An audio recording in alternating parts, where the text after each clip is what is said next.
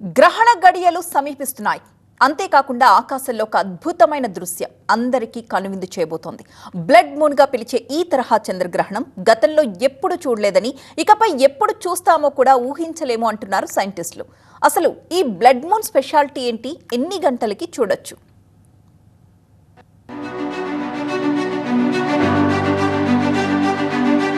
ఈరోజు ఆకాశం అద్భుతమైన దృశ్యానికి వేదిక కానుంది.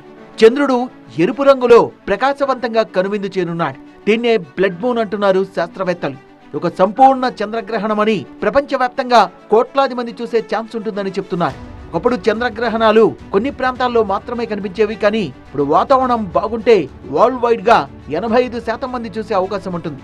బ్లడ్ మూన్ దాదాపు 82 నిమిషాల పాటు కొనసాగనుందని, భారత కాలమానం ప్రకారం ఈ చంద్రగ్రహణం రాత్రి 8:58 ప్రారంభమవుతుందని, ఆ తర్వాత రాత్రి 9:57 నుంచి స్పష్టంగా కనిపిస్తుందంటున్నారు శాస్త్రవేత్తలు.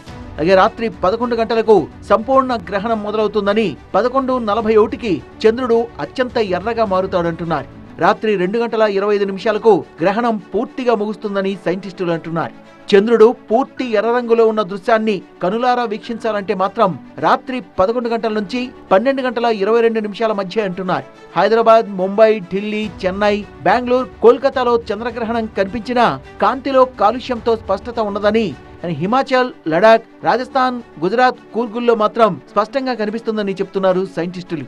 ఎలాంటి ప్రత్యేక కళ్లద్దాలు, టెలిస్కోప్ లేకుండా బ్లడ్ మూన్ ని స్పష్టంగా చూడొచ్చని, ఇది సురక్షితమంటున్నారు. మొత్తంగా బ్లడ్ మూన్ ఖగోళ ప్రియులకు పండగ అని చెప్పొచ్చు.